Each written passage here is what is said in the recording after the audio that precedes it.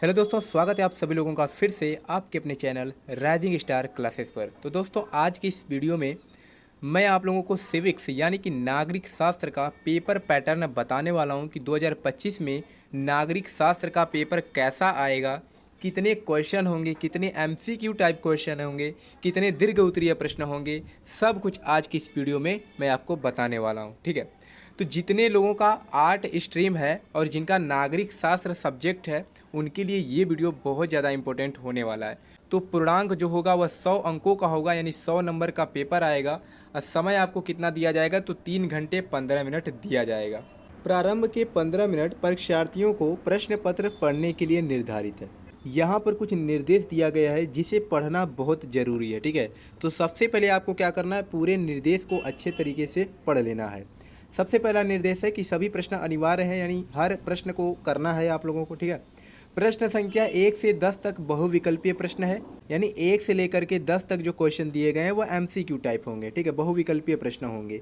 प्रश्न संख्या 11 से 20 तक अति लघु उत्तरीय प्रश्न होगा। अति लघु का मतलब दिया है कि उसका उत्तर जो है 10 शब्दों में ही देना है, यानी एक वाक्य में।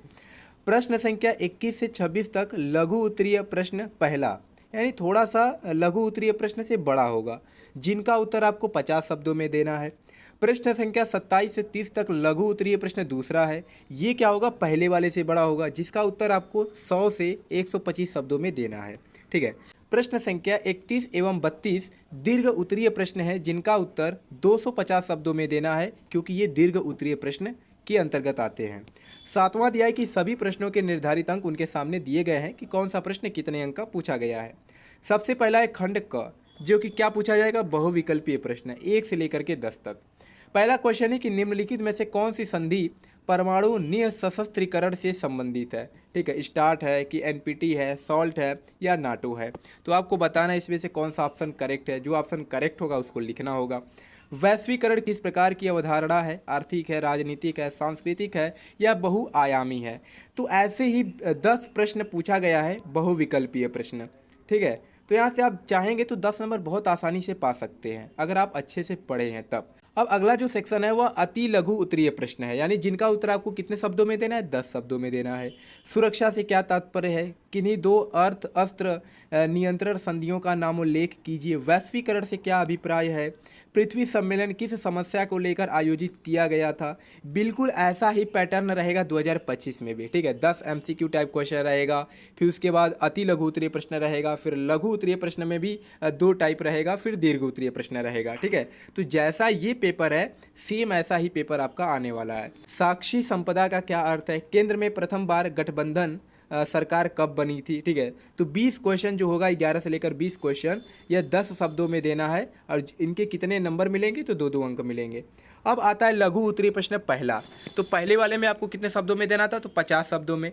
जैसे दिया 21 नंबर की संयुक्त राष्ट्र संघ का निर्माण कब किया गया, इसकी किन्हीं 2 विशिष्ट संस्थाओं के नाम लिखिए तथा उनके कार्यों का उल्लेख कीजिए। तो इसमें 3 क्वेश्चन पूछा गया। अगर केवल पहला ही आपको अगर आ रहा है कि संयुक्त राष्ट्र संघ का निर्माण कब किया गया, तो केवल 1 नंबर मिलेगा। ठीक है, तो स्टेप वाइज नंबर मिलता है। यहाँ पर दिया गया है कि पहले 1 नंबर मिलेगा, फिर दूसरा करते हैं तो 2 नंबर और मिल जाएगा, फिर तीसरा अगर उनके कार्यों का भी उल्लेख कर देते हैं तो 2 नंबर और मिल जाएगा। अगर पूरा कर देते हैं तो 5 नंबर आपको दिया जाएगा। ठीक है, तो जितना करेंगे उसके हिसाब से ही आपको नंबर दिए जाते हैं। भारत के नागरिक के रूप में भारत की राष्ट्र संघ में स्थायी सदस्यता क्यों होनी चाहिए, इसके पक्ष में 2 तर्क दीजिए। ठीक है, तो 21 से लेकर के 26 तक लघु उत्तरीय प्रश्न जो है वह पहला रहेगा।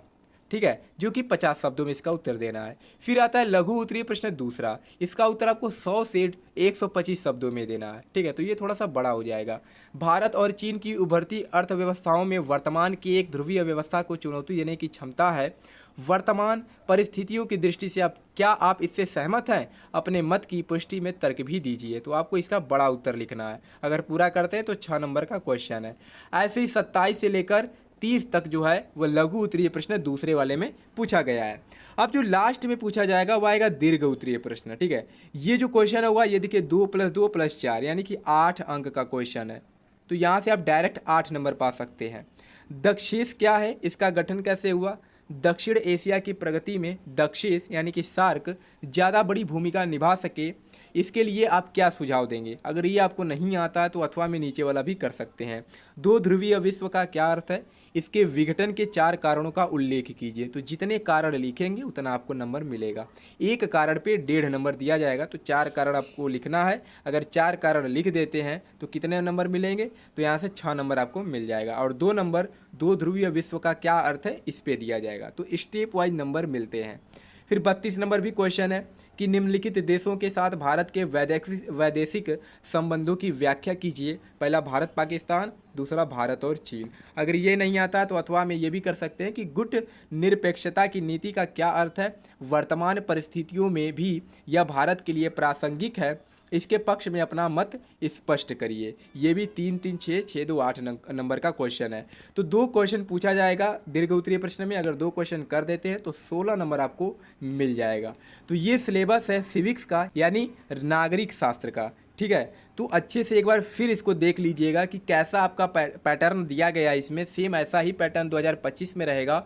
और ये जो मॉडल पेपर है ये बहुत ज़्यादा इंपॉर्टेंट है। इसके हर एक प्रश्न को भी हल कर लीजिएगा, क्योंकि यहाँ से भी डायरेक्ट कई सारे क्वेश्चन आपके पेपर में पूछे जा सकते हैं। ठीक है, अगर आपको और भी किसी सब्जेक्ट के पेपर पैटर्न आप चाहते हैं कि उसका भी वीडियो अपलोड किया जाए तो एक बार इस वीडियो के कमेंट बॉक्स में कमेंट कर दीजिएगा। ठीक है, और इसका जो PDF है आपको टेलीग्राम चैनल पर मिल जाएगा, और टेलीग्राम चैनल का लिंक इस वीडियो के डिस्क्रिप्शन बॉक्स में मिल जाएगा। जाकर के टेलीग्राम चैनल को ज्वाइन कर लीजिए, क्योंकि यहाँ पर जो कुछ भी आपको पढ़ाया जाएगा उसका सारा PDF आपको टेलीग्राम पे प्रोवाइड कर दिया जाता है। ठीक है, चलिए मिलते हैं नेक्स्ट वीडियो में एक नए टॉपिक के साथ। तब तक के लिए धन्यवाद।